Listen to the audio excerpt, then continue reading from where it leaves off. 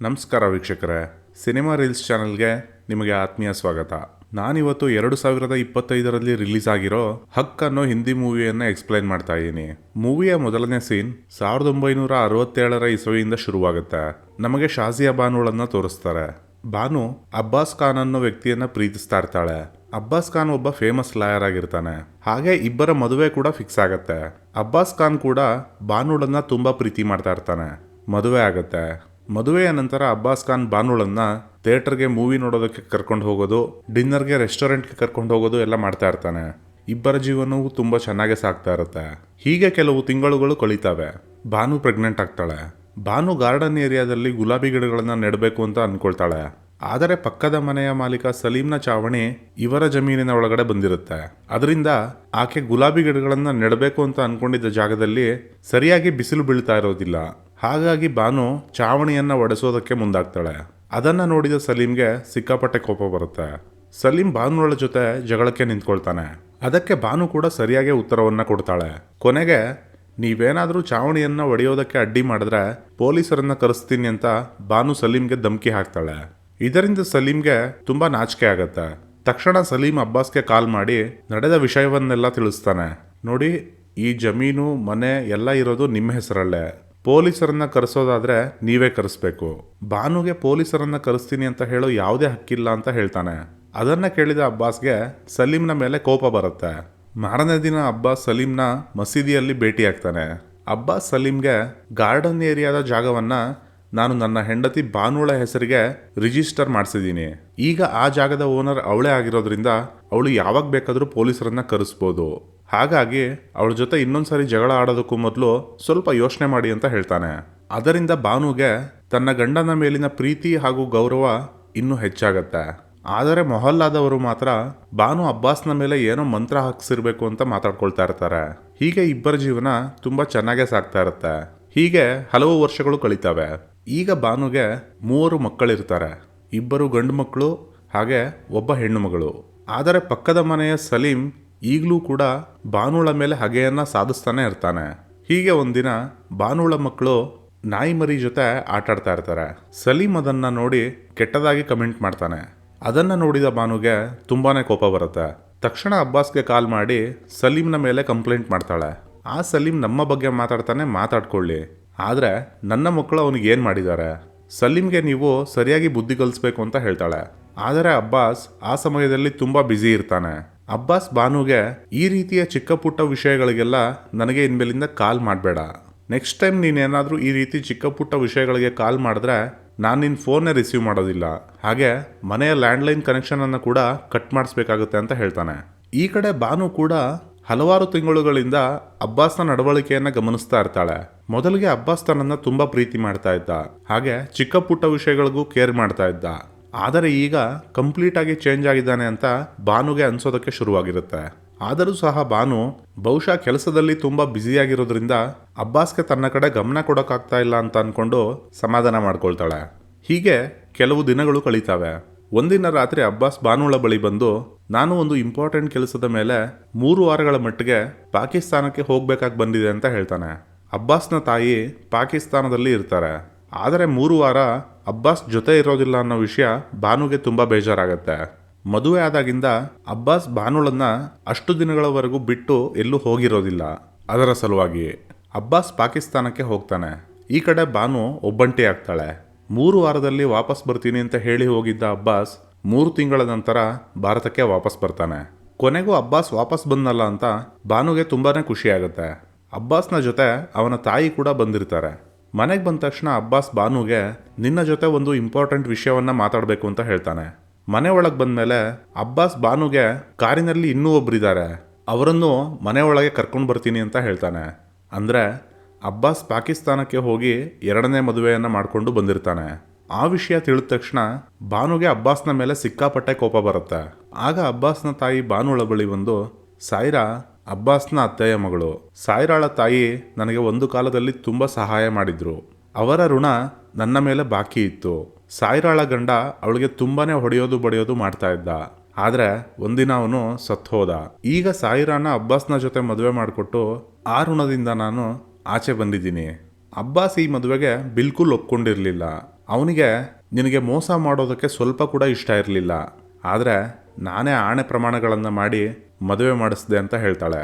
ಆದರೆ ಅಬ್ಬಾಸ್ನ ತಾಯಿಯ ಮಾತುಗಳಿಂದ ಬಾನುಗೆ ಅಬ್ಬಾಸ್ನ ಮೇಲಿನ ಕೋಪ ಸ್ವಲ್ಪ ಕೂಡ ಕಡಿಮೆ ಆಗೋದಿಲ್ಲ. ಬಾನುಗೆ ಈಗಲೂ ಕೂಡ ಅಬ್ಬಾಸ್ ಎರಡನೇ ಮದುವೆ ಮಾಡ್ಕೊಂಡಿದ್ದಾನೆ ಅಂತ ನಂಬೋದಕ್ಕೆ ಆಗ್ತಿರೋದಿಲ್ಲ.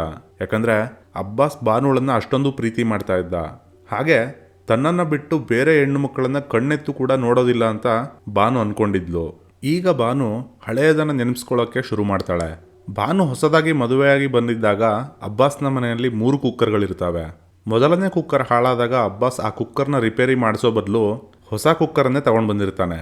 ಅದೇ ರೀತಿ ಪ್ರತಿ ಕುಕ್ಕರ್ ಹಾಳಾದಾಗ್ಲೂ ಅವುಗಳನ್ನು ರಿಪೇರಿ ಮಾಡಿಸೋ ಬದಲು ಹೊಸ ಕುಕ್ಕರನ್ನೇ ತಗೊಂಡು ಬರ್ತಾ ಇದ್ದ. ಈಗ ಬಾನುಗೆ ಅಬ್ಬಾಸ್ ಯಾವುದೇ ವಸ್ತು ಹಾಳಾದ್ರೆ ಅದನ್ನು ಸರಿಪಡಿಸೋದ್ರಲ್ಲಿ ಅವನಿಗೆ ಆಸಕ್ತಿ ಇಲ್ಲ. ಬದಲಿಗೆ ಬೇರೆ ವಸ್ತುವನ್ನೇ ಅದರ ಜೊತೆ ರೀಪ್ಲೇಸ್ ಮಾಡ್ತಾನೆ ಅಂತ ಬಾನುಗೆ ಅರ್ಥ ಆಗುತ್ತೆ. ಆ ದಿನ ರಾತ್ರಿ ಅಬ್ಬಾಸ್ ಬಾನುಳ ಬಳಿ ಬರ್ತಾನೆ. ನಾನು ಇಕ್ಕಟ್ಟಿನ ಪರಿಸ್ಥಿತಿಯಲ್ಲಿ ಸಿಗಾಕೊಂಡು ಮದುವೆ ಮಾಡ್ಕೊಳ್ಳೋ ಪರಿಸ್ಥಿತಿ ಬಂತು. ಅದನ್ನು ನಿನಗೆ ಹೇಗೆ ಎಕ್ಸ್ಪ್ಲೈನ್ ಮಾಡಬೇಕು ಅಂತ ನಂಗೆ ನಿಜವಾಗ್ಲೂ ಗೊತ್ತಾಗ್ತಾ ಇಲ್ಲ. ನೀನೇ ನನ್ನ ಮೊದಲ ಪ್ರೀತಿ, ಹಾಗೆ ನನ್ನ ಮೊದಲ ಹೆಂಡತಿ. ಸದಾ ನಾನು ನಿನ್ನ ಜೊತೆನೇ ಇರ್ತೀನಿ, ಹಾಗೆ ನಮ್ಮ ಮಕ್ಕಳನ್ನ ಚೆನ್ನಾಗಿ ನೋಡ್ಕೊಳ್ತೀನಿ ಅಂತ ಬಾನುಗೆ ಸಮಾಧಾನ ಮಾಡ್ತಾನೆ. ಸಾಯಿರಾಳ ವಿಷಯಕ್ಕೆ ಬರೋದಾದ್ರೆ ಮನೆಯ ಕೆಲಸಗಳಲ್ಲಿ ನಿನಗೆ ಅವಳು ಸಹಾಯ ಮಾಡ್ತಾಳೆ. ಹಾಗೆ ಅವಳಿಗೆ ಉಳ್ಕೊಳ್ಳೋದಕ್ಕೆ ಗಾರ್ಡನ್ನಲ್ಲಿರೋ ಔಟ್ ಹೌಸ್ನಲ್ಲಿ ವ್ಯವಸ್ಥೆ ಮಾಡಿಕೊಡ್ತೀನಿ ಅಂತ ಹೇಳ್ತಾನೆ. ನಿಧಾನವಾಗಿ ಬಾನುಗೆ ಸಾಯಿರಾ ಅವಳ ಮೊದಲ ಗಂಡನಿಂದ ತುಂಬ ಕೆಟ್ಟ ಪರಿಸ್ಥಿತಿಯನ್ನು ಎದುರಿಸಿದಾಳೆ ಅನ್ನೋದು ಅರ್ಥವಾಗುತ್ತೆ. ಹಾಗೆ ಸಾಯಿರಾ ಹಾಗೂ ಅಬ್ಬಾಸ್ನ ನಿಧಾನವಾಗಿ ಕ್ಷಮಿಸೋದಕ್ಕೆ ಶುರು ಮಾಡ್ತಾಳೆ. ಒಂದಿನ ಸಾಯಿರಾಗೆ ಬೆಡ್ಶೀಟ್, ಬ್ಲ್ಯಾಂಕೆಟ್ ಹಾಗೆ ಪರ್ಫ್ಯೂಮ್ ಇನ್ನೂ ಕೆಲವು ಐಟಮ್ಗಳು ಬೇಕಾಗಿರುತ್ತೆ. ಅದಕ್ಕೆ ಅವನ್ನೆಲ್ಲ ಖರೀದಿ ಮಾಡೋದಕ್ಕೆ ಬಾನು ಹಾಗೂ ಸಾಯಿರಾ ಇಬ್ಬರು ಮಾರ್ಕೆಟ್ಗೆ ಹೋಗ್ತಾರೆ. ಆದರೆ ಬಾನು ಬೇಕು ಅಂತಾನೆ ಅಬ್ಬಾಸ್ಗೆ ಯಾವ ಬಣ್ಣ ಇಷ್ಟ ಆಗಲ್ವೋ ಹಾಗೆ ಯಾವ ರೀತಿಯ ವಸ್ತುಗಳು ಇಷ್ಟ ಆಗಲ್ವೋ ಆ ರೀತಿಯ ವಸ್ತುಗಳನ್ನೇ ಸಾಯಿರಾಗೆ ಕೊಡಿಸ್ತಾ ಇರ್ತಾಳೆ. ಅದನ್ನು ಸಾಯಿರಾ ಕೂಡ ಗಮನಿಸ್ತಾಳೆ. ಹಾಗೆ ಅವಳಿಗೆ ಕೋಪ ಕೂಡ ಬರುತ್ತೆ. ಸಾಯಿರಾ ಬಾನುಗೆ ಅಬ್ಬಾಸ್ ನನ್ನನ್ನು ಯಾವುದೋ ಹರಾಜಿನಲ್ಲಿ ಖರೀದಿ ಮಾಡಿಕೊಂಡು ಇಲ್ಲಿಗೆ ತಗೊಂಡು ಬಂದಿಲ್ಲ. ಹೇಳಬೇಕು ಅಂದರೆ ಅಬ್ಬಾಸ್ ನನ್ನನ್ನು ತುಂಬ ಪ್ರೀತಿ ಮಾಡ್ತಾನೆ. ನಿನಗೆ ನೀನೇ ಅವನ ಮೊದಲನೇ ಪ್ರೀತಿ ಅಂತ ಅನಿಸಿರ್ಬೋದು, ಆದರೆ ನಿನಗಿಂತ ಮೊದಲು ಅಬ್ಬಾಸ್ ನನ್ನನ್ನು ಪ್ರೀತಿ ಮಾಡ್ತಾ ಇದ್ದ. ನನ್ನ ಮದುವೆ ಬೇರೆಯವ್ರ ಜೊತೆ ಫಿಕ್ಸ್ ಆದಮೇಲೆ ಅಬ್ಬಾಸ್ ನಿನ್ನನ್ನು ಮದುವೆ ಆಗಿರೋದು. ಆದರೆ ಆಗಲೂ ಸಹ ನನ್ನ ಮೇಲೆ ಅವನಿಗೆ ಪ್ರೀತಿ ಕಡಿಮೆ ಆಗಿರಲಿಲ್ಲ. ಕೊನೆಗೆ ನನ್ನ ಗಂಡ ತೀರಿ ಹೋದ ಅನ್ನೋ ವಿಷಯ ಗೊತ್ತಾದ ತಕ್ಷಣವೇ ನನ್ನನ್ನು ಮದುವೆ ಮಾಡ್ಕೊಳ್ಳೋದಕ್ಕೆ ಭಾರತದಿಂದ ಪಾಕಿಸ್ತಾನಕ್ಕೆ ಓಡ್ ಬಂದ. ನಾನು ಮನ್ಸು ಮಾಡಿದರೆ ನಿಮ್ಮಿಬ್ಬರ ಮದುವೆಯನ್ನು ಮುರಿಬೋದಿತ್ತು. ನಾನೇನಾದರೂ ಅಬ್ಬಾಸ್ಗೆ ನಿನ್ನ ಜೊತೆ ಡಿವೋರ್ಸ್ ತಗೋ ಅಂತ ಒಂದು ಮಾತು ಹೇಳಿದ್ರು ಸಾಕಿತ್ತು. ಅವನು ಹಿಂದೆ ಮುಂದೆ ಯೋಚನೆ ಮಾಡದೆ ನಿನ್ನ ಜೊತೆ ಡಿವೋರ್ಸ್ ತಗೊಳ್ತಾ ಇದ್ದ. ಆದರೆ ನಂಗೆ ಆ ರೀತಿ ಮಾಡೋದಕ್ಕೆ ಇಷ್ಟ ಇರಲಿಲ್ಲ. ನಿನಗೆ ಅನಿಸ್ತಾ ಇರ್ಬೋದು ಅಬ್ಬಾಸ್ ಅವನ ತಾಯಿಯ ಬಲವಂತಕ್ಕೆ ನನ್ನನ್ನು ಮದುವೆ ಮಾಡ್ಕೊಂಡಿರೋದು ಅಂತ. ಆದರೆ ಅದೆಲ್ಲ ಸುಳ್ಳು. ಅಬ್ಬಾಸ್ ನಿನಗಿಂತ ನನ್ನನ್ನೇ ಹೆಚ್ಚಾಗಿ ಪ್ರೀತಿ ಮಾಡೋದು ಅನ್ನೋ ವಿಷಯವನ್ನು ನೀನು ಚೆನ್ನಾಗಿ ಅರ್ಥ ಮಾಡಿಕೊಂಡ್ರೆ ನಿನಗೆ ಒಳ್ಳೆಯದು ಅಂತ ಹೇಳ್ತಾಳೆ. ಸಾಯಿರಾಳ ಮಾತುಗಳನ್ನು ಕೇಳಿದ ಬಾನುಗೆ ಆಕಾಶನೇ ಕಳಚಿ ತಲೆ ಮೇಲೆ ಬಿದ್ದಾಗತ್ತೆ. ಒಂದು ಕ್ಷಣಕ್ಕೆ ಬಾನುಗೆ ಏನು ಯೋಚನೆ ಮಾಡಬೇಕು ಅಂತಲೂ ಕೂಡ ಗೊತ್ತಾಗೋದಿಲ್ಲ. ಅಬ್ಬಾಸ್ ಮನೆಗೆ ಬಂದಮೇಲೆ ಅವನ ಜೊತೆ ಮತ್ತೆ ಜಗಳ ಆಡ್ತಾಳೆ. ಅಬ್ಬಾಸ್ ಬಾನುಗೆ ಆಗಿದ್ದ ಆಗೋಯ್ತು, ಇದೇ ವಿಷಯವನ್ನು ಹಿಡ್ಕೊಂಡು ಪ್ರತಿದಿನ ಜಗಳ ಆಡೋದ್ರಲ್ಲಿ ಏನೂ ಅರ್ಥ ಇಲ್ಲ. ನಾವು ಜೀವನದಲ್ಲಿ ಮುಂದೆ ಸಾಗಬೇಕು, ಹಾಗೆ ನಮ್ಮ ಮಕ್ಕಳ ಭವಿಷ್ಯದ ಬಗ್ಗೆ ಕೂಡ ಯೋಚನೆ ಮಾಡಬೇಕು ಅಂತ ಹೇಳ್ತಾನೆ. ಆದರೆ ಬಾನುಗೆ ಅಬ್ಬಾಸ್ನ ಮೇಲೆ ತುಂಬಾ ಬೇಜಾರಾಗಿರುತ್ತೆ. ನಿಜವಾಗ್ಲೂ ನಾನು ಪ್ರೀತಿ ಮಾಡಿದ್ದ ಅಬ್ಬಾಸ್ ಇವನೇನಾ ಅಂತ ಕೊರಗೋದಕ್ಕೆ ಶುರು ಮಾಡ್ತಾಳೆ. ಆದರೆ ಬಾನು ಈಗ ಅಸಹಾಯಕ ಪರಿಸ್ಥಿತಿಯಲ್ಲಿರ್ತಾಳೆ. ಅವಳ ಕೈಯಲ್ಲಿ ಏನೂ ಕೂಡ ಮಾಡೋದಕ್ಕೆ ಆಗ್ತಿರೋದಿಲ್ಲ. ಕ್ರಮೇಣವಾಗಿ ಅಬ್ಬಾಸ್ ಹೆಚ್ಚಿನ ಸಮಯವನ್ನು ಸಾಯಿರಾಳ ಜೊತೆನೆ ಕಳೆಯೋದಕ್ಕೆ ಶುರು ಮಾಡ್ತಾನೆ. ಬಾನುಗೆ ಆಗಲಿ ಬಾನುಳ ಮಕ್ಕಳಿಗೆ ಆಗಲಿ ಸಮಯವನ್ನು ಕೊಡ್ತಾ ಇರೋದಿಲ್ಲ. ಸಾಯಿರಾ ಪ್ರೆಗ್ನೆಂಟ್ ಆಗ್ತಾಳೆ. ಹೀಗೆ ಕೆಲವು ದಿನಗಳು ಕಳೀತವೆ. ಅಬ್ಬಾಸ್ ಹಾಗೂ ಬಾನು ಅವರ ವೆಡ್ಡಿಂಗ್ ಆ್ಯನಿವರ್ಸರಿಯ ದಿನ ಬರುತ್ತೆ. ಬಾನು ಅಬ್ಬಾಸ್ನ ಇಂಪ್ರೆಸ್ ಮಾಡಬೇಕು ಅಂತ ಅವನ ಆಫೀಸ್ಗೆ ಹೋಗ್ತಾಳೆ. ಆದರೆ ಅಬ್ಬಾಸ್ ಅವನ ಕ್ಲೈಂಟ್ನ ಜೊತೆ ಬ್ಯುಸಿಯಾಗಿರ್ತಾನೆ. ಆದರೂ ಸಹ ಅಬ್ಬಾಸ್ನ ಭೇಟಿಯಾಗಿ ಇವತ್ತು ನಮ್ಮ ಆ್ಯನಿವರ್ಸರಿಯ ದಿನ, ಇವತ್ತು ನಿನ್ನ ಜೊತೆ ನಾನು ಟೈಮ್ ಸ್ಪೆಂಡ್ ಮಾಡೋದಕ್ಕೆ ಇಷ್ಟಪಡ್ತೀನಿ ಅಂತ ಹೇಳ್ತಾಳೆ. ಆದರೆ ಅಬ್ಬಾಸ್, ನಾನು ಕ್ಲೈಂಟ್ನ ಜೊತೆ ಒಂದು ಇಂಪಾರ್ಟೆಂಟ್ ಮೀಟಿಂಗ್ನಲ್ಲಿದ್ದೀನಿ, ನಿಜವಾಗ್ಲೂ ನನ್ನ ಬಳಿ ಇವತ್ತು ನಿನ್ನ ಜೊತೆ ಟೈಮ್ ಸ್ಪೆಂಡ್ ಮಾಡೋಷ್ಟು ಟೈಮ್ ಇಲ್ಲ, ಅದಕ್ಕೆ ನಿನ್ನ ಮನೆಗೆ ಹೋಗು, ನಾನು ಮನೆಗೆ ಬಂದಮೇಲೆ ನಿನ್ನ ಹತ್ರ ಮಾತಾಡ್ತೀನಿ ಅಂತ ಹೇಳ್ತಾನೆ. ಆದರೆ ಬಾನು ಅಬ್ಬಾಸ್ನ ಮಾತನ್ನು ಕೇಳೋದಕ್ಕೆ ತಯಾರಿರೋದಿಲ್ಲ. ಬಾನು ಅಬ್ಬಾಸ್ಗೆ ಎಲ್ಲಾದರೂ ಆಚೆ ಹೋಗೋಣ ಬಾ ಅಂತ ಒತ್ತಾಯ ಮಾಡ್ತಾನೆ ಇರ್ತಾಳೆ. ಆಗ ಅಬ್ಬಾಸ್ಗೆ ತುಂಬಾ ಕೋಪ ಬರುತ್ತೆ. ಅವನ ಕ್ಲೈಂಟ್ನ ಎದುರುಗಡೆನೆ ಬಾನುಗೆ ಬೈದ್ಬಿಡ್ತಾನೆ. ಅಬ್ಬಾಸ್ನ ಆ ನಡವಳಿಕೆ ಬಾನುಗೆ ಬಿಲ್ಕುಲ್ ಇಷ್ಟ ಆಗೋದಿಲ್ಲ. ಮನೆಗೆ ಬಂದವಳೆ ತನ್ನ ಮಕ್ಕಳನ್ನ ಕರ್ಕೊಂಡು ನೇರವಾಗಿ ತನ್ನ ತವರು ಮನೆಗೆ ಹೋಗ್ತಾಳೆ. ಅಬ್ಬಾಸ್ ಮನೆಗೆ ಬಂದ್ಮೇಲೆ ಭಾನು ತನ್ನ ಮಕ್ಕಳನ್ನ ಕರ್ಕೊಂಡು ತವರು ಮನೆಗೆ ಹೋಗಿರೋ ವಿಷಯ ಗೊತ್ತಾಗತ್ತೆ. ಅದರಿಂದ ಅವನಿಗೆ ಮೊದಲು ತುಂಬಾ ಬೇಜಾರಾಗತ್ತೆ. ಆದ್ರೆ ಅವನು ಭಾನು ಮತ್ತೆ ಅವನ ಮಕ್ಕಳನ್ನ ವಾಪಸ್ ಕರ್ಕೊಂಡು ಬರಬೇಕು ಅಂತ ಯೋಚನೆ ಮಾಡಲ್ಲ. ಸಾಯಿರಾ ಹಾಗೂ ಅಬ್ಬಾಸ್ನ ತಾಯಿ ಭಾನು ಮತ್ತು ಮಕ್ಕಳನ್ನ ವಾಪಸ್ ಕರ್ಕೊಂಡು ಬಾ ಅಂತ ಎಷ್ಟೇ ಹೇಳಿದ್ರು ಅಬ್ಬಾಸ್ ಅವರ ಮಾತನ್ನು ಸಹ ಕೇಳೋದಿಲ್ಲ. ಯಾಕಂದ್ರೆ ಅವನ ಈಗೋ ಅಡ್ಡ ಬರ್ತಾ ಇರತ್ತೆ. ಮನೆ ಬಿಟ್ಟು ಹೋಗು ಅಂತ ನಾನೇನು ಹೇಳಿರ್ಲಿಲ್ಲ, ಅವಳಾಗೆ ಹೋಗಿದ್ದಾಳೆ, ಅವಳೇ ವಾಪಸ್ ಬರಲಿ ಅಂತ ಅವನು ಕೂಡ ಡಿಸೈಡ್ ಆಗಿರ್ತಾನೆ. ಅಬ್ಬಾಸ್ ಭಾನುಗೆ ಪ್ರತಿ ತಿಂಗಳು 400 ರೂಪಾಯಿಗಳನ್ನ ಕಳಿಸೋದಕ್ಕೆ ಶುರು ಮಾಡ್ತಾನೆ, ಮಕ್ಕಳನ್ನ ನೋಡ್ಕೊಳ್ಳೋದ್ರ ಸಲುವಾಗಿ. ಇದೇ ರೀತಿ ಹಲವು ತಿಂಗಳುಗಳು ಕಳೀತವೆ. ಈ ಕಡೆ ಭಾನು ಪ್ರತಿದಿನ ಅಬ್ಬಾಸ್ ಫೋನ್ ಮಾಡಿ ಮನೆಗೆ ವಾಪಸ್ ಬಾ ಅಂತ ಕರೀತಾನೆ ಅಂತ ನಿರೀಕ್ಷೆಯಲ್ಲೇ ಇರ್ತಾಳೆ. ಆದ್ರೆ ಅಬ್ಬಾಸ್ ಫೋನ್ ಮಾಡೋದೇ ಇಲ್ಲ. ಹಲವು ತಿಂಗಳುಗಳ ನಂತರ ಅಬ್ಬಾಸ್ ಪ್ರತಿ ತಿಂಗಳು ಕಳಿಸ್ತಾ ಇದ್ದ 400 ರೂಪಾಯಿಗಳನ್ನು ಕೂಡ ನಿಲ್ಲಿಸ್ಬಿಡ್ತಾನೆ. ಅದರಿಂದ ಭಾನುಗೆ ತನ್ನ ಮಕ್ಕಳನ್ನ ನೋಡ್ಕೊಳ್ಳೋದಕ್ಕೆ ತುಂಬಾ ಕಷ್ಟ ಆಗೋದಕ್ಕೆ ಶುರುವಾಗುತ್ತೆ. ಅದಕ್ಕೆ ಭಾನು ತನ್ನ ತಂದೆಯನ್ನ ಕರ್ಕೊಂಡು ಅಬ್ಬಾಸ್ನ ಮನೆಗೆ ಬರ್ತಾಳೆ. ಅಬ್ಬಾಸ್ಗೆ ನೀನು ಪ್ರತಿ ತಿಂಗಳು ಕಳಿಸ್ತಾ ಇದ್ದ ಹಣವನ್ನ ಕಳಿಸದೇ ಇರೋದಕ್ಕೆ ಈಗ ನನಗೆ ಮಕ್ಕಳನ್ನ ನೋಡ್ಕೊಳ್ಳೋದಕ್ಕೆ ತುಂಬಾ ಕಷ್ಟ ಆಗ್ತಾ ಇದೆ ಅಂತ ಹೇಳ್ತಾಳೆ. ಅದಕ್ಕೆ ಅಬ್ಬಾಸ್ ನೀನೇನು ನನ್ನನ್ನ ಕೇಳಿ ಮಕ್ಕಳನ್ನ ಕರ್ಕೊಂಡು ಹೋಗಿಲ್ಲ, ಅದರಿಂದ ಈಗ ಮಕ್ಕಳ ಸಂಪೂರ್ಣ ಜವಾಬ್ದಾರಿ ನಿನ್ನದೇ ಅಂತ ಹೇಳ್ತಾನೆ. ಭಾನು ಹಾಗೆ ಅವರ ತಂದೆ ವಾಪಸ್ ಬರ್ತಾರೆ. ಭಾನುಳ ತಂದೆ ಖಾಜಿ ಅನ್ನೋ ತನ್ನ ಸ್ನೇಹಿತನ ಬಳಿ ಈ ವಿಷಯದಲ್ಲಿ ಸಹಾಯ ಮಾಡೋದಕ್ಕೆ ಕೇಳ್ಕೊಳ್ತಾನೆ. ಆದರೆ ಖಾಜಿ ಇದರಲ್ಲಿ ನಿನ್ನ ಮಗಳದ್ದೇ ತಪ್ಪಿರೋದು ಅಂತ ಹೇಳ್ತಾನೆ. ಮಾರನೇ ದಿನ ಭಾನು ಹಾಗೂ ಅವಳ ತಂದೆ ಕೋರ್ಟ್ಗೆ ಹೋಗ್ತಾರೆ. ಭಾನು ಅಬ್ಬಾಸ್ನ ವಿರುದ್ಧ ಕೇಸ್ ಮಾಡೋದಕ್ಕೆ ಲಾಯರ್ಗಳ ಬಳಿ ಹೋಗ್ತಾಳೆ. ಆದರೆ ಅಬ್ಬಾಸ್ ಒಬ್ಬ ಫೇಮಸ್ ಲಾಯರ್ ಆಗಿದ್ದರಿಂದ ಅವನ ವಿರುದ್ಧ ಫೈಟ್ ಮಾಡೋದಕ್ಕೆ ಯಾವೊಬ್ಬ ಲಾಯರ್ ಕೂಡ ಮುಂದೆ ಬರೋದಿಲ್ಲ. ಹೈಕೋರ್ಟ್ನಲ್ಲಿ ಜಡ್ಜ್ ಭಾನುಗೆ ನಿಮಗೇನಾದರೂ ಕೇಸ್ ಫೈಲ್ ಮಾಡೋದಿದ್ರೆ ಮೊದಲಿಗೆ ನೀವು ಒಬ್ಬ ಲಾಯರನ್ನು ಭೇಟಿ ಮಾಡಬೇಕಾಗತ್ತೆ, ಅದರ ನಂತರವೇ ನೀವು ಕೋರ್ಟ್ನಲ್ಲಿ ಮಾತನಾಡ್ಬೋದು. ಹಾಗೆಯೇ ಭಾನುಗೆ ನೀವು ಯಾಕೆ ಮುಸ್ಲಿಂ ಕೋರ್ಟ್ಗೆ ಹೋಗಬಾರ್ದು, ಮುಸ್ಲಿಂ ಕೋರ್ಟ್ನಲ್ಲೇ ನಿಮ್ಮ ಸಮಸ್ಯೆಯನ್ನು ಬಗೆಹರಿಸ್ಕೊಳ್ಬೋದಲ್ಲ ಅಂತ ಸಲಹೆಯನ್ನು ನೀಡ್ತಾರೆ. ಅದಕ್ಕೆ ಭಾನು ನಾನು ಅಲ್ಲಿಗೂ ಹೋಗಿದ್ದೆ, ಆದರೆ ಅಲ್ಲಿ ನನಗೆ ಸಹಾಯ ಮಾಡೋದಕ್ಕೆ ಯಾರೂ ಮುಂದೆ ಬರಲಿಲ್ಲ. ಆಗ ಜಡ್ಜ್ ಇದ್ದವರು ಸರಿ, ಹಾಗಾದರೆ ನೀವು ಮೊದಲಿಗೆ ಒಬ್ಬ ಲಾಯರನ್ನು ಭೇಟಿ ಮಾಡಿ ನಿಮ್ಮ ಕೇಸನ್ನು ರಿಜಿಸ್ಟರ್ ಮಾಡಿಸಿ ಅಂತ ಹೇಳ್ತಾರೆ. ಅದೇ ಸಮಯದಲ್ಲಿ ಕೋರ್ಟ್ ಹಾಲ್ನಲ್ಲಿದ್ದ ಬೇಲಾ ಅನ್ನೋ ಒಬ್ಬ ಲಾಯರ್ ಭಾನುಗೆ ನಾನು ನಿನ್ನ ಕೇಸನ್ನು ತಗೊಳ್ತೀನಿ ಅಂತ ಹೇಳ್ತಾರೆ. ಕೊನೆಗೂ ಒಬ್ಬರು ಲಾಯರ್ ಸಿಕ್ಕರಲ್ಲ ಅಂತ ಭಾನುಗೆ ಸಮಾಧಾನ ಆಗುತ್ತೆ. ಭಾನುಳ ಲಾಯರ್ ಬೇಲಾ ಅವರು ಅಬ್ಬಾಸ್ನ ವಿರುದ್ಧ 125 CRPC ಅಡಿಯಲ್ಲಿ ಕೇಸನ್ನು ರಿಜಿಸ್ಟರ್ ಮಾಡ್ತಾರೆ. ಈ ವಿಷಯ ಅಬ್ಬಾಸ್ಗೆ ಗೊತ್ತಾಗುತ್ತೆ. ಹಾಗೆ ಅವನು ಕೂಡ ಇದಕ್ಕೆ ತಕ್ಕ ಉತ್ತರವನ್ನು ಕೋರ್ಟ್ನಲ್ಲೇ ಕೊಡ್ತೀನಿ ಅಂತ ಡಿಸೈಡ್ ಆಗ್ತಾನೆ. ಆ ಸಮಯದಲ್ಲಿ ಸಾಯಿರಾ ಅಬ್ಬಾಸ್ಗೆ ನೀವು ಯಾಕೆ ಈ ರೀತಿ ಮಾಡ್ತಾ ಇದ್ದೀರಾ, ಭಾನು ಕೇಳ್ತಾ ಇರೋ 400 ರೂಪಾಯಿಗಳನ್ನು ಕೊಟ್ಬಿಡಿ ಅಂತ ಕನ್ವಿನ್ಸ್ ಮಾಡೋದಕ್ಕೆ ತುಂಬಾನೇ ಪ್ರಯತ್ನ ಮಾಡ್ತಾಳೆ. ಆದರೆ ಅಬ್ಬಾಸ್ ಅವಳ ಮಾತನ್ನು ಕೇಳೋದಕ್ಕೆ ತಯಾರಿರೋದಿಲ್ಲ. ಈ ಕಡೆ ಭಾನುಳ ತಂದೆಯ ಸ್ನೇಹಿತ ಖಾಜಿಗೆ ಭಾನುಳ ಮೇಲೆ ಸಿಕ್ಕಾಪಟ್ಟೆ ಕೋಪ ಬಂದಿರುತ್ತೆ. ಈ ಖಾಜಿನೇ ಮುಸ್ಲಿಂ ಕೋರ್ಟ್ನ ಮುಖ್ಯಸ್ಥನಾಗಿರ್ತಾನೆ. ನೀನು ನಿನ್ನ ಗಂಡನ ಮೇಲೆ ಈ ರೀತಿಯಾಗಿ ಕೇಸ್ ಮಾಡಿರೋದು ಸರಿಯಲ್ಲ ಅಂತ ರೇಗ್ತಾನೆ. ಅದಕ್ಕೆ ಭಾನು ನಾನು ಕೂಡ ಕುರಾನನ್ನು ಓದಿದ್ದೀನಿ, ಹಾಗೆ ಒಬ್ಬ ಮಹಿಳೆಯಾಗಿ ನನ್ನ ಹಕ್ಕು ಏನು ಅನ್ನೋದನ್ನು ಕುರಾನ್ ಓದಿ ತಿಳ್ಕೊಂಡಿದ್ದೀನಿ. ಅದಕ್ಕೋಸ್ಕರನೇ ನನ್ನ ಹಕ್ಕನ್ನು ಪಡ್ಕೊಳ್ಳೋ ಸಲುವಾಗಿ ಹೋರಾಟ ಮಾಡ್ತಾ ಇದ್ದೀನಿ. ನಾನು ಯಾರನ್ನ ನನ್ನವರು ಅಂತ ಅಂದ್ಕೊಂಡಿದ್ನೋ ಅವರೇ ನನಗೆ ಸಹಾಯ ಮಾಡೋದಕ್ಕೆ ತಯಾರಿಲ್ಲ. ನನಗೆ ಅರ್ಥ ಆಗಿರೋ ಪ್ರಕಾರ ಮುಸ್ಲಿಂ ಕಾನೂನು ಕೇವಲ ಪುರುಷರ ಪರವಾಗೇ ಇದೆ, ಆದರೆ ಕುರಾನ್ನಲ್ಲಿ ಮಹಿಳೆಯರಿಗೂ ಹಕ್ಕನ್ನು ನೀಡಲಾಗಿದೆ.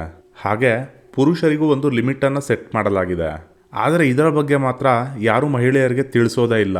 ಯಾಕಂದರೆ ನಿಮ್ಮ ಪ್ರಕಾರ ಹೆಣ್ಣು ಮಕ್ಕಳು ಇರೋದೇ ಶೋಷಣೆಯನ್ನು ಅನುಭವಿಸೋದಕ್ಕೆ. ನಾನು ಸರಿಯಾದ ದಾರಿಯಲ್ಲೇ ಹೋಗ್ತಾ ಇದ್ದೀನಿ ಅಂತ ನಂಗೆ ಚೆನ್ನಾಗಿ ಗೊತ್ತಿದೆ. ಹಾಗೆ ನಾನು ನಂಬಿರೋ ದೇವರಿಗೂ ಸಹ ನಾನು ಮಾಡ್ತಿರೋದು ಸರಿನೇ ಅಂತ ಗೊತ್ತಿದೆ. ಅದರಿಂದ ನಾನು ಕೇಸನ್ನು ವಾಪಸ್ ತಗೊಳ್ಳೋ ಮಾತೇ ಇಲ್ಲ ಅಂತ ಖಾಜಿಗೆ ಮುಖಕ್ಕೆ ಹೊಡೆದಾಗ ಹೇಳಿ ಅಲ್ಲಿಂದ ಹೊರಟೋಗ್ತಾಳೆ. ನಂತರ ಅಬ್ಬಾಸ್ನ ತಾಯಿ ಭಾನುಳನ್ನ ಮನೆಗೆ ಬರೋದಕ್ಕೆ ಹೇಳ್ತಾರೆ. ಭಾನು ಅಬ್ಬಾಸ್ನ ಮನೆಗೆ ಹೋದಾಗ ಅಬ್ಬಾಸ್ನ ತಾಯಿ ಭಾನುಗೆ ನೀನು ಈ ರೀತಿ ಕೋರ್ಟ್ಗೆ ಹೋಗಬಾರ್ದಿತ್ತು, ಇದು ಮನೆ ವಿಷಯ, ಮನೆಯ ಒಳಗೇನೆ ಮಾತಾಡಿ ಬಗೆಹರಿಸ್ಕೊಳ್ಬೋದಿತ್ತು ಅಂತ ಹೇಳ್ತಾರೆ. ಅದಕ್ಕೆ ಭಾನು ಕೋರ್ಟ್ಗೆ ಹೋಗೋದು ಬಿಟ್ಟರೆ ನನ್ನ ಹತ್ರ ಬೇರೆ ಏನೂ ಆಪ್ಷನ್ನೇ ಇರಲಿಲ್ಲ ಅಂತ ಹೇಳ್ತಾಳೆ. ಆಗ ಅಬ್ಬಾಸ್ ಬರ್ತಾನೆ. ಅಬ್ಬಾಸ್ ಭಾನುಗೆ ನೀನು ತಗೊಂಡಿರೋದು ಒಂದು ದೊಡ್ಡ ತಪ್ಪು ನಿರ್ಧಾರ, ನಿನಗೆ ನಾನು ಸರಿಯಾಗಿ ಬುದ್ಧಿ ಕಲಿಸ್ದೆ ಬಿಡಲ್ಲ ಅಂತ ಹೇಳ್ತಾನೆ. ಸೆಕ್ಷನ್ 125 CRPC ನೀನು ಎಲ್ಲಿಯವರೆಗೂ ನನ್ನ ಹೆಂಡತಿಯಾಗಿರ್ತೀಯೋ ಅಲ್ಲಿವರೆಗೂ ಮಾತ್ರ ಮಾನ್ಯವಾಗಿರುತ್ತೆ. ನೀನು ನನ್ನ ಹೆಂಡತಿನೇ ಅಲ್ಲ ಅಂದಮೇಲೆ ಆ ಸೆಕ್ಷನ್ ಯಾವುದೇ ಕೆಲಸಕ್ಕೂ ಬರಲ್ಲ. ಅದಕ್ಕೆ ಅಬ್ಬಾಸ್ ಕಾಂಪೆನ್ಸೇಷನ್ ಅಂತ 2,000 ರೂಪಾಯಿ ಹಣವನ್ನು ಭಾನುಗೆ ಕೊಟ್ಟು ತಲಾಕ್ ತಲಾಕ್ ತಲಾಕ್ ಅಂತ 3 ಸಾರಿ ಹೇಳಿ ಅವಳಿಗೆ ಡಿವೋರ್ಸನ್ನು ಕೊಡ್ತಾನೆ. ಅಬ್ಬಾಸ್ನ ಮಾತುಗಳನ್ನು ಕೇಳಿದ ಬಾನುಗೆ ಒಂದು ಕ್ಷಣಕ್ಕೆ ಅಲ್ಲಿ ಏನು ನಡೀತು ಅನ್ನೋದೇ ಗೊತ್ತಾಗೋದಿಲ್ಲ. ನನ್ನ ಜೀವನದಲ್ಲಿ ಇದ್ದಕ್ಕಿದ್ದ ಹಾಗೆ ಇದೇನಾಗೋಯ್ತು ಅಂತ ಅವಳಿಗೆ ತುಂಬಾನೇ ಟೆನ್ಷನ್ ಆಗುತ್ತೆ. ನನಗೆ ಒಪ್ಪಿಗೆ ಇಲ್ದಿರ ಅದು ಹೇಗೆ ಅಬ್ಬಾಸ್ ನನಗೆ ಡಿವೋರ್ಸ್ ಕೊಟ್ಟ ಅಂತ ಅವಳ ಮನಸ್ಸಿನಲ್ಲಿ ಇನ್ನೂ ಪ್ರಶ್ನೆ ಹಾಗೇನೆ ಉಳ್ಕೊಂಡಿರುತ್ತೆ. ಅಬ್ಬಾಸ್ನ ಮನೆಯಲ್ಲಿ ನಡೆದ ವಿಷಯವನ್ನ ಬಾನು ಲಾಯರ್ ಬೇಲಾಗೆ ಹೇಳ್ತಾಳೆ. ಆಗ ಬೇಲಾ ಕೂಡ ಅಬ್ಬಾಸ್ ನಿನಗೆ ಡಿವೋರ್ಸ್ ಕೊಟ್ಟಿರೋದ್ರಿಂದ ಇನ್ಮುಂದೆ ಈ ಕೇಸ್ ಸ್ಟ್ಯಾಂಡ್ ಆಗಲ್ಲ ಅಂತ ಹೇಳ್ತಾರೆ. ಆಗ ಬಾನುಗೆ ಒಂದು ವಿಷಯ ಫ್ಲಾಶ್ ಆಗುತ್ತೆ. ಅಬ್ಬಾಸ್ ನನಗೆ ಸರಿಯಾದ ರೀತಿಯಲ್ಲಿ ಡಿವೋರ್ಸ್ ಅನ್ನ ಕೊಟ್ಟಿಲ್ಲ. ಶರಿಯತ್ನ ಪ್ರಕಾರ ಅಂದ್ರೆ ಮುಸ್ಲಿಂ ಕಾನೂನಿನ ಪ್ರಕಾರ ಅಬ್ಬಾಸ್ ನನಗೆ ಡಿವೋರ್ಸ್ ಕೊಡೋದಕ್ಕೂ ಮೊದಲು ನನಗೆ 3 ತಿಂಗಳ ಟೈಮನ್ನು ಕೊಡಬೇಕು. ಆ 3 ತಿಂಗಳ ಅವಧಿಯಲ್ಲಿ ನನ್ನ ಹಾಗೂ ಅಬ್ಬಾಸ್ನ ಕುಟುಂಬದವರು ಸೇರಿ ಮಾತುಕತೆಯನ್ನ ಮಾಡಿ ಡಿವೋರ್ಸ್ ಆಗದೇ ಇರೋ ಹಾಗೆ ತಡಿಬೋದು. ಆದರೆ ಅದರ ನಂತರವೂ ನಾನು ಹಾಗೂ ಅಬ್ಬಾಸ್ ಡಿವೋರ್ಸ್ ತಗೊಳ್ಬೇಕು ಅಂತ ಡಿಸೈಡ್ ಮಾಡಿದ್ರೆ ಮಾತ್ರ ಆಗ ಎಲ್ಲರ ಎದುರಿಗೆ ನಮ್ಮಿಬ್ಬರ ಡಿವೋರ್ಸ್ ಆಗುತ್ತೆ. ಆದರೆ ಅಬ್ಬಾಸ್ ಈ ಯಾವುದೇ ರೂಲ್ಸನ್ನು ಫಾಲೋ ಮಾಡೇ ಇಲ್ಲ. ಕೇವಲ 3 ಸಾರಿ ತಲಾಕ್ ಅಂತ ಹೇಳಿ ಡಿವೋರ್ಸನ್ನು ಕೊಟ್ಟಿದ್ದಾನೆ ಅಂತ ಹೇಳ್ತಾಳೆ. ಅದನ್ನು ಕೇಳಿದ ಬೇಲಾ, ನೀನು ಹೇಳ್ತಿರೋದು ನಿಜಾನೇ ಆದರೆ ನೀನು ಟೆನ್ಷನ್ ಮಾಡ್ಕೊಳ್ಳೋ ಅವಶ್ಯಕತೆನೇ ಇಲ್ಲ. ನೀನು ಈಗಲೂ ಕೂಡ ಅಬ್ಬಾಸ್ನ ಹೆಂಡತಿನೇ. ಹಾಗೆ ಅಬ್ಬಾಸ್ ನಿನಗೆ ಪ್ರತಿ ತಿಂಗಳು ಮೇಂಟೆನೆನ್ಸ್ ಹಣವನ್ನು ಕೊಡಲೇಬೇಕಾಗುತ್ತೆ ಅಂತ ಹೇಳ್ತಾರೆ. ಹೈಕೋರ್ಟ್ನಲ್ಲಿ ಕೇಸ್ ಶುರುವಾಗುತ್ತೆ. ಕೋರ್ಟ್ನಲ್ಲಿ ಅಬ್ಬಾಸ್ ಮುಸ್ಲಿಂ ಕಾನೂನಿನ ಪ್ರಕಾರ ನಾನು ಈಗಾಗಲೇ ಬಾನುಗೆ ಡಿವೋರ್ಸ್ ಕೊಟ್ಟಿರೋದ್ರಿಂದ ಬಾನು ಹಾಗೂ ಅವಳ ಮಕ್ಕಳ ಜವಾಬ್ದಾರಿ ನನ್ನ ಮೇಲೆ ಇಲ್ಲ ಅಂತ ಹೇಳ್ತಾನೆ. ಅದಕ್ಕೆ ಬೇಲಾ, ಮುಸ್ಲಿಂ ಕಾನೂನಿನ ಪ್ರಕಾರ ಅಬ್ಬಾಸ್ ಬಾನುಗೆ ಡಿವೋರ್ಸ್ ಕೊಡೋದಕ್ಕೂ 3 ತಿಂಗಳ ಮೊದಲು ಇನ್ಫಾರ್ಮ್ ಮಾಡಬೇಕಿತ್ತು. ಹಾಗೆ 2ನೇ ಮದುವೆಯನ್ನು ಮಾಡ್ಕೊಳ್ಳೋದಕ್ಕೂ ಮೊದಲು ಕೂಡ ಆ ವಿಷಯವನ್ನು ಬಾನುಗೆ ತಿಳಿಸ್ಬೇಕಿತ್ತು. ಆದರೆ ಅಬ್ಬಾಸ್ ಈ ಯಾವುದೇ ರೂಲ್ಸನ್ನು ಫಾಲೋ ಮಾಡೇ ಇಲ್ಲ ಅಂತ ಹೇಳ್ತಾರೆ. ಅದನ್ನು ಕೇಳಿಸಿಕೊಂಡ ಅಬ್ಬಾಸ್ ಸೈಲೆಂಟ್ ಆಗಿಬಿಡ್ತಾನೆ. ಅದನ್ನು ಗಮನಿಸಿದ ಬೇಲಾಗೂ ಸಹ ಇದೇನಿದು ಅಬ್ಬಾಸ್ ಸೈಲೆಂಟ್ ಆಗಿಬಿಟ್ನಲ್ಲ ಅಂತ ಶಾಕ್ ಆಗುತ್ತೆ. ನಂತರ ಬೇಲಾ ನ್ಯಾಯಾಧೀಶರಿಗೆ ಕೆಲವು ವರ್ಷಗಳ ಹಿಂದೆ ತಾಹಿರಾ ಅನ್ನೋ ಮಹಿಳೆಯದ್ದು ಕೂಡ ಇದೇ ರೀತಿಯ ಕೇಸ್ ರಿಜಿಸ್ಟರ್ ಆಗಿತ್ತು. ಆ ಕೇಸು ಸುಪ್ರೀಂ ಕೋರ್ಟ್ವರೆಗೂ ಹೋಗಿತ್ತು. ನಂತರ ಸುಪ್ರೀಂ ಕೋರ್ಟ್ನಲ್ಲಿ ತಾಹಿರಾಳ ಗಂಡ ಜೀವನ ಪರ್ಯಂತ ಮೇಂಟೆನೆನ್ಸ್ ಹಣವನ್ನು ಕೊಡಬೇಕು ಅಂತ ತೀರ್ಪನ್ನು ನೀಡಿತ್ತು. ಬೇಲಾ ಅವರು ತಾಹಿರಾಳ ಕೇಸಿನ ರೆಫರೆನ್ಸನ್ನು ಇಟ್ಕೊಂಡು ಅಬ್ಬಾಸ್ ಕೂಡ ಬಾನುಗೆ ಜೀವನ ಪರ್ಯಂತ ಮೇಂಟೆನೆನ್ಸ್ ಹಣವನ್ನು ನೀಡಬೇಕು ಅಂತ ಜಡ್ಜ್ನ ಬಳಿ ಕೇಳ್ಕೊಳ್ತಾರೆ. ಆಗಲೂ ಸಹ ಅಬ್ಬಾಸ್ ಯಾವುದೇ ಪ್ರತಿವಾದವನ್ನು ಮಾಡೋದಿಲ್ಲ. ಕೊನೆಗೆ ನ್ಯಾಯಾಧೀಶರು ಅಬ್ಬಾಸ್ ಬಾನುಗೆ ಪ್ರತಿ ತಿಂಗಳು 122 ರೂಪಾಯಿಗಳನ್ನು ನೀಡಬೇಕು ಅಂತ ತೀರ್ಪನ್ನು ನೀಡ್ತಾರೆ. 122 ರೂಪಾಯಿಗಳು ಅಬ್ಬಾಸ್ ಮೊದಲಿಗೆ ಕೊಡ್ತಾ ಇದ್ದ 400 ರೂಪಾಯಿಗಳಿಗಿಂತ ಕಡಿಮೆನೇ ಆಗಿರುತ್ತೆ. ಆದರೂ ಸಹ ಬಾನು ನ್ಯಾಯವಾಗಿ ತನಗೆ ಸಿಗಬೇಕಾಗಿದ್ದ ಹಕ್ಕನ್ನು ಪಡ್ಕೊಂಡೆ ಅಂತ ಸಮಾಧಾನ ಮಾಡ್ಕೊಳ್ತಾಳೆ.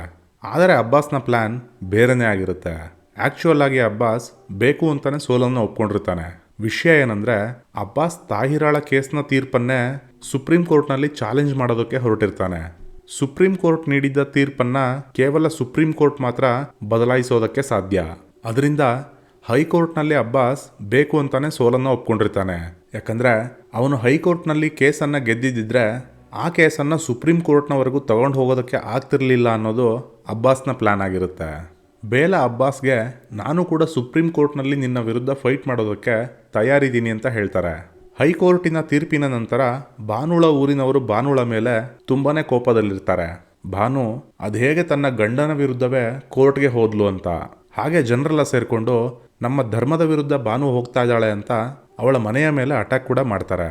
ಅದನ್ನೆಲ್ಲ ನೋಡಿದ ಬಾನುಗೆ ಇನ್ನೂ ನಾನು ಇಲ್ಲೇ ಇದ್ರೆ ಸೇಫ್ ಅಲ್ಲ. ಹಾಗೆ ತನ್ನಿಂದ ತನ್ನ ತಂದೆ ತಾಯಿಯರಿಗೆ ಸಮಸ್ಯೆ ಆಗಬಾರ್ದು ಅಂತ ಒಂದು ನಿರ್ಧಾರಕ್ಕೆ ಬರ್ತಾಳೆ. ಬಾನುಗೆ ಅಬ್ಬಾಸ್ ಅವನ ಮನೆಯಲ್ಲಿದ್ದ ಗಾರ್ಡನ್ ಹಾಗೂ ಅದರಲ್ಲಿದ್ದ ಔಟ್ ಹೌಸನ್ನು ಅವಳ ಹೆಸರಿಗೆ ರಿಜಿಸ್ಟರ್ ಮಾಡಿಸಿದ್ದು ನೆನಪಾಗತ್ತೆ. ಬಾನು ತನ್ನ ಮಕ್ಕಳನ್ನು ಕರ್ಕೊಂಡು ಅಲ್ಲಿಗೆ ಶಿಫ್ಟ್ ಆಗ್ತಾಳೆ. ಅಬ್ಬಾಸ್ ಸ್ವತಃ ಅವನೇ ಆ ಜಾಗವನ್ನು ಬಾನುಳ ಹೆಸರಿಗೆ ರಿಜಿಸ್ಟರ್ ಮಾಡಿಕೊಟ್ಟಿದ್ರಿಂದ ಅವನು ಸುಮ್ಮನೆ ಇರಬೇಕಾಗಿ ಬರುತ್ತೆ. ಸಾಯಿರಾ ಅಬ್ಬಾಸ್ಗೆ ಸುಪ್ರೀಂ ಕೋರ್ಟ್ನಲ್ಲಿ ಅಪೀಲ್ ಮಾಡೋದು ಬೇಡ, ಹೇಗೂ ಬಾನು ಮನೆಗೆ ಬಂದಿದ್ದಾಳಲ್ವಾ, ಈ ವಿಷಯವನ್ನ ಇಲ್ಲಿಗೆ ಬಿಟ್ಬಿಡಿ ಅಂತ ಅರ್ಥ ಮಾಡಿಸೋದಕ್ಕೆ ಪ್ರಯತ್ನ ಪಡ್ತಾಳೆ. ಆದರೆ ಅಬ್ಬಾಸ್ ಅವಳ ಮಾತನ್ನು ಕೇಳೋ ಸ್ಥಿತಿಯಲ್ಲಿ ಇರೋದಿಲ್ಲ. ಸಾಯಿರಾ ಬಾನುಳ ಬಳಿ ಬಂದು ನೀನು ಕೋರ್ಟ್ಗೆ ಯಾಕೆ ಹೋದೆ ಅಂತ ಕೇಳ್ತಾಳೆ. ಅದಕ್ಕೆ ಬಾನು, ನಾನು ಇದನ್ನೆಲ್ಲ ಮಾಡಿದ್ದು ನನ್ನ ಗೌರವದ ಸಲುವಾಗಿ. ನಾನು ಅಬ್ಬಾಸ್ನ ತುಂಬಾನೇ ಪ್ರೀತಿ ಮಾಡ್ತೀನಿ. ಆದರೆ ಪ್ರೀತಿ ಒಂದೇ ಇದ್ದರೆ ಆಗಲ್ಲ. ಸಂಬಂಧದಲ್ಲಿ ಗೌರವ ಕೂಡ ತುಂಬಾನೇ ಮುಖ್ಯ ಆಗುತ್ತೆ. ಆದರೆ ಅಬ್ಬಾಸ್ಗೆ ನನ್ನ ಮೇಲೆ ಯಾವುದೇ ಗೌರವ ಇಲ್ಲ. ಅದಕ್ಕೋಸ್ಕರ ನಾನು ಹೋರಾಡ್ತಾ ಇದ್ದೀನಿ ಅಂತ ಹೇಳ್ತಾಳೆ. ಸಾಯಿರಾಗೆ ಬಾನುಳ ಭಾವನೆಗಳು ಅರ್ಥವಾಗುತ್ತೆ. ಹಾಗೆ ಅವಳು ಬಾನುಗೆ ಚಿಕ್ಕ ಪುಟ್ಟ ಸಹಾಯಗಳನ್ನು ಮಾಡೋದಕ್ಕೆ ಶುರು ಮಾಡ್ತಾಳೆ. ಆದರೆ ಅದೇ ಸಮಯದಲ್ಲಿ ಬಾನುಳ ತಂದೆ ತೀರ್ಕೊಳ್ತಾರೆ. ಭಾನುಳ ತಂದೆ ಸಾಯುವ ಮುನ್ನ ಭಾನುಗೆ ಒಂದು ಪತ್ರವನ್ನು ಬರೆದಿರ್ತಾರೆ. ಭಾನು, ನೀನು ಸರಿಯಾದ ದಾರಿಯಲ್ಲೇ ಹೋಗ್ತಾ ಇದೀಯಾ, ನೀನು ನಿನ್ನ ಹಕ್ಕಿಗೋಸ್ಕರ ಹೋರಾಡಲೇಬೇಕು ಅಂತ ಆ ಪತ್ರದಲ್ಲಿ ಬರೆದಿರ್ತಾರೆ. ಆ ಪತ್ರವನ್ನು ಓದಿ ಭಾನು ಎಮೋಷನಲ್ ಆಗ್ತಾಳೆ. ಈ ಕಡೆ ಅಬ್ಬಾಸ್ನ ಸ್ವಂತ ಮಗನೇ ಅಬ್ಬಾಸ್ನ ಜೊತೆ ಮಾತನಾಡೋದಕ್ಕೆ ಇಷ್ಟಪಡ್ತಿರೋದಿಲ್ಲ. ಅದರಿಂದ ಅಬ್ಬಾಸ್ಗೂ ಬೇಜಾರಾಗತ್ತೆ. ಆದರೆ ಅಬ್ಬಾಸ್ಗೆ ಅವನ ಹೆಂಡತಿ ಮಕ್ಕಳಿಗಿಂತ ಈಗೋ ಹಾಗೆ ಫೇಮಸ್ ಲಾಯರ್ ಅನ್ನೋ ಪ್ರೆಸ್ಟೀಜೇ ಅವನಿಗೆ ಇಂಪಾರ್ಟೆಂಟ್ ಆಗಿರುತ್ತೆ. ನಂತರ ಸುಪ್ರೀಂ ಕೋರ್ಟ್ನಲ್ಲಿ ಕೇಸ್ ಶುರುವಾಗುತ್ತೆ. ಅಬ್ಬಾಸ್ನ ವಾದ ಏನಂದರೆ, ಭಾನುಳ ರೀತಿಯ ಜನರು ಯಾವಾಗಲೂ ನಮ್ಮ ಮುಸ್ಲಿಂ ಕಾನೂನನ್ನು ಬದಲಾಯಿಸೋ ಪ್ರಯತ್ನವನ್ನು ಮಾಡ್ತಾನೆ ಇದ್ದಾರೆ. ಜೊತೆಗೆ ಅಬ್ಬಾಸ್ ಭಾರತ ಪಾರ್ಟಿಷಿಯನ್ ಆಗಿದ್ದು ಕೇವಲ ಒಂದು ಧರ್ಮದಿಂದಲ್ಲ, ಬದಲಿಗೆ ಪಾರ್ಟಿಷಿಯನ್ಗೆ ಎರಡೂ ಧರ್ಮದ ಜನರು ಕಾರಣವಾಗಿದ್ರು. ಆದರೆ ಇವತ್ತಿಗೂ ಲಾಯಲ್ಟಿ ಪ್ರೂವ್ ಮಾಡ್ಕೊಳ್ಳೋ ವಿಷಯ ಬಂದಾಗ ಮುಸಲ್ಮಾನರನ್ನು ಮಾತ್ರ ತುಚ್ಛವಾಗಿ ನೋಡಲಾಗುತ್ತೆ. ಮುಸ್ಲಿಂ ಕಾನೂನಿನ ಪ್ರಕಾರ ಈ ಕೇಸ್ ತುಂಬ ಸಿಂಪಲ್ ಆಗಿತ್ತು. ನಾನು ಭಾನುಗೆ ಡಿವೋರ್ಸ್ ಹಾಗೂ ಕಾಂಪೆನ್ಸೇಷನ್ ಹಣವನ್ನು ಕೊಟ್ಟಿದ್ದೆ. ಹಾಗೆ ಭಾನು ಹಾಗೂ ಅವಳ ಮಕ್ಕಳ ಜವಾಬ್ದಾರಿ ಕೂಡ ಮುಗಿದು ಹೋಗಿತ್ತು. ಆದರೂ ಸಹ ಈ ಕೇಸನ್ನು ಇಲ್ಲಿವರೆಗೂ ತಗೊಂಡು ಬಂದಿದ್ದಾರೆ. ಅಂದರೆ ಇದರ ಮೂಲಕ ನಮ್ಮ ಧರ್ಮದ ಬಗ್ಗೆ ಅಗೌರವವನ್ನು ತೋರಿಸ್ತಾ ಇದ್ದಾರೆ ಅಂತ ಹೇಳ್ತಾನೆ. ಅಬ್ಬಾಸ್ನ ಮಾತುಗಳನ್ನು ಕೇಳಿದ ಭಾನುಗೆ ಸಿಕ್ಕಾಪಟ್ಟೆ ಕೋಪ ಬರುತ್ತೆ. ಭಾನು ಎದ್ದು ನಿಂತು, ನಾನು ಚಿಕ್ಕಂದಿನಿಂದಲೇ ಕುರಾನನ್ನು ಓದ್ಕೊಂಡು ಬೆಳೆದಿದ್ದೀನಿ. ಆದರೆ ನನಗೆ ಒಂದು ವಿಷಯ ಇವತ್ತಿನವರೆಗೂ ಅರ್ಥ ಆಗಿಲ್ಲ. ಅದೇನೆಂದರೆ, ಖುದ್ದು ಕುರಾನ್ನಲ್ಲೇ ಪ್ರತಿಯೊಬ್ಬ ವ್ಯಕ್ತಿ ಕುರಾನನ್ನು ಓದಿ ಅದರಲ್ಲಿ ಏನು ಬರೆದಿದೆ ಅನ್ನೋದನ್ನು ಅರ್ಥ ಮಾಡ್ಕೊಳ್ಬೇಕು ಅಂತ ಬರೆದಿರುವಾಗ, ಕುರಾನ್ನಲ್ಲಿ ಏನು ಬರೆದಿದೆ ಅನ್ನೋದನ್ನು ಮೌಲ್ವಿಗಳು ಯಾಕೆ ಓದಿ ಹೇಳಬೇಕು? ಯಾಕೆ ಹೆಣ್ಣು ಮಕ್ಕಳಿಗೆ ಓದೋಕ್ಕೆ ಬರಲ್ವಾ ಅಥವಾ ಅರ್ಥ ಮಾಡ್ಕೊಳ್ಳೋಕ್ಕೆ ಬರಲ್ವಾ? ನನ್ಗನ್ಸೋ ಪ್ರಕಾರ ಕುರಾನ್ನಲ್ಲಿ ಬರೆದಿರೋದನ್ನು ತಮಗೆ ಹೇಗೆ ಬೇಕೋ ಹಾಗೆ ತಿರುಚಿ ಹೇಳೋ ಪ್ರಯತ್ನ ನಡೀತಾ ಇದೆ. ಈ ಹೋರಾಟ ಹಿಂದೂ ಮುಸ್ಲಿಂ ಅಥವಾ ಯಾವುದೇ ಧರ್ಮದ ವಿರುದ್ಧ ಅಲ್ಲ, ಬದಲಿಗೆ ಭಾರತದಲ್ಲಿ ವಾಸವಾಗಿರೋ ಒಬ್ಬ ಮಹಿಳೆಯ ಹಕ್ಕಿನ ಸಲುವಾಗಿ. ನಾನು ಮುಸಲ್ಮಾನಳೇ ಆಗಿರ್ಬೋದು, ಆದರೆ ನಾನು ಭಾರತದ ಮುಸಲ್ಮಾನ ಹೆಣ್ಣು ಮಗಳು. ಅದರಿಂದ ಭಾರತದ ಕಾನೂನು ನನ್ನ ಹಕ್ಕನ್ನು ನನಗೆ ನೀಡಬೇಕು. ಯಾವುದಾದ್ರೂ ಒಂದು ಮರ್ಡರ್ ಆದಾಗ ಹೇಗೆ ನೀವು ಬೇರೆ ಧರ್ಮದವರು ಅದರ ಕೇಸ್ ಇಲ್ಲಿ ನಡೆಸೋದಿಲ್ಲ ಅಂತ ಹೇಳೋದಿಲ್ವೋ, ಹಾಗೇನೆ ನಾನು ಮುಸಲ್ಮಾನ ಮಹಿಳೆ ಆದರೆ ಏನಾಯಿತು? ನಾನು ಒಬ್ಬ ಭಾರತೀಯಳೆ. ಅದರಿಂದ ಸುಪ್ರೀಂ ಕೋರ್ಟ್ನಲ್ಲಿ ನನಗೆ ನ್ಯಾಯ ಸಿಗಲೇಬೇಕು ಅಂತ ಕೇಳ್ಕೊಳ್ತಾಳೆ. ಹೈಕೋರ್ಟ್ನಲ್ಲಿ ಕೇಸ್ ಮಾಡಿದ್ದ ಸಮಯದಲ್ಲೇ ಅದೆಷ್ಟೋ ಸಾರಿ ನನಗೆ ಇದನ್ನು ಇಲ್ಲಿಗೆ ನಿಲ್ಲಿಸಬೇಕು, ಇದನ್ನು ಮುಂದುವರ್ಸೋದು ಬೇಡ ಅಂತ ಅನಿಸ್ತಾ ಇತ್ತು. ಆದರೆ ಪ್ರತಿ ಸಾರಿ ಹಾಗನ್ನಿಸ್ದಾಗ ನನ್ನ ಮನಸ್ಸಿನಲ್ಲಿ ಒಂದು ಭಯ ಕೂಡ ಹುಟ್ಕೊಳ್ತಾ ಇತ್ತು. ಅದೇನೆಂದರೆ, ಮುಂದೆ ನನ್ನ ಗಂಡು ಮಕ್ಕಳು ಕೂಡ ದೊಡ್ಡವರಾಗಿ ಬೆಳೆದ ಮೇಲೆ ಯಾವುದಾದ್ರೂ ಹುಡುಗಿಯ ಜೊತೆ ಈ ರೀತಿ ನಡ್ಕೊಂಡ್ರೆ, ಅಥವಾ ನನ್ನ ಮಗಳ ಜೊತೆನೇ ಅವಳ ಗಂಡ ಈ ರೀತಿಯಾಗಿ ನಡ್ಕೊಂಡ್ರೆ ಏನು ಮಾಡೋದು ಅಂತ. ಅದೊಂದೇ ಉದ್ದೇಶಕ್ಕೆ ನಾನು ಈ ಹೋರಾಟದಿಂದ ಹಿಂದೆ ಸರಿಲಿಲ್ಲ ಅಂತ ಹೇಳ್ತಾಳೆ. ವಾದ ವಿವಾದಗಳನ್ನು ಆಲಿಸಿದ ನ್ಯಾಯಾಧೀಶರು ಈ ತೀರ್ಪನ್ನು ಕುರಾನ್ ಹಾಗೂ ಭಾರತೀಯ ಕಾನೂನನ್ನು ಗಮನದಲ್ಲಿಟ್ಟುಕೊಂಡು ತೆಗೆದುಕೊಳ್ಳಲಾಗಿದೆ. ಮುಖ್ಯವಾಗಿ ಯಾವುದೇ ಧರ್ಮ ಅಥವಾ ಯಾವುದೇ ಧರ್ಮದ ಮಹಿಳೆ ಅಂತ ಪರಿಗಣಿಸಿಲ್ಲ, ಬದಲಿಗೆ ಒಬ್ಬ ಭಾರತದ ಹೆಣ್ಣು ಮಗಳಿಗೆ ಸಿಗಬೇಕಾದ ನ್ಯಾಯವನ್ನು ಪರಿಗಣಿಸಿದೆ. ಅದರಿಂದ ಹೈಕೋರ್ಟ್ ಭಾನುಗೆ ಪ್ರತಿ ತಿಂಗಳು 120 ರೂಪಾಯಿಗಳನ್ನು ನೀಡಬೇಕು ಅಂತ ನೀಡಿದ ತೀರ್ಪನ್ನು ಸುಪ್ರೀಂ ಕೋರ್ಟ್ ಎತ್ತಿ ಹಿಡಿಯುತ್ತೆ. ಅದನ್ನು ಕೇಳಿದ ಭಾನುಗೆ ಕೊನೆಗೂ ತನಗೆ ಸಿಗಬೇಕಾದ ಹಕ್ಕು ಸಿಕ್ತಲ್ಲ ಅಂತ ತುಂಬಾ ಖುಷಿಯಾಗತ್ತೆ. ಭಾನುಗೆ ಅವಳ ಹಕ್ಕು ಸಿಗೋಷ್ಟರಲ್ಲಿ 10 ವರ್ಷಗಳೇ ಕಳೆದು ಹೋಗಿದ್ವು. ಆದರೆ ಕೊನೆಗೂ ಅದು ನ್ಯಾಯಯುತವಾಗಿ ಸಿಕ್ತು. 1985ರಲ್ಲಿ ಭಾನು ಫೈನಲಿ ಕೇಸನ್ನು ಗೆಲ್ತಾಳೆ. ಹಾಗೆ ಆಕೆ ಹೆಣ್ಣು ಮಕ್ಕಳಿಗೆ ಕುರಾನ್ ಹೇಳಿಕೊಡೋದಕ್ಕೆ ಶುರು ಮಾಡ್ತಾಳೆ. ಇದರೊಂದಿಗೆ ಈ ಮೂವಿ ಇಲ್ಲಿಗೆ ಎಂಡ್ ಆಗುತ್ತೆ. ವೀಕ್ಷಕರೇ, ಇದಾಗಿತ್ತು ಇವತ್ತಿನ ಹಕ್ ಮೂವಿಯ ಸ್ಟೋರಿ. ನಿಮಗೆ ಈ ವಿಡಿಯೋ ಇಷ್ಟ ಆಗಿದ್ರೆ ಒಂದು ಲೈಕ್ ಮಾಡಿ, ನಿಮ್ಮ ಅನಿಸಿಕೆ ಅಭಿಪ್ರಾಯಗಳನ್ನು ಕಮೆಂಟ್ ಬಾಕ್ಸ್ನಲ್ಲಿ ತಿಳಿಸಿ. ಹಾಗೆ ನಮ್ಮ ಚಾನಲನ್ನು ಸಬ್ಸ್ಕ್ರೈಬ್ ಮಾಡಿಕೊಂಡು ನಮಗೆ ಸಪೋರ್ಟ್ ಮಾಡಿ. ಮತ್ತೆ ಸಿಗೋಣ ಮುಂದಿನ ವಿಡಿಯೋದಲ್ಲಿ. ನಮಸ್ಕಾರ.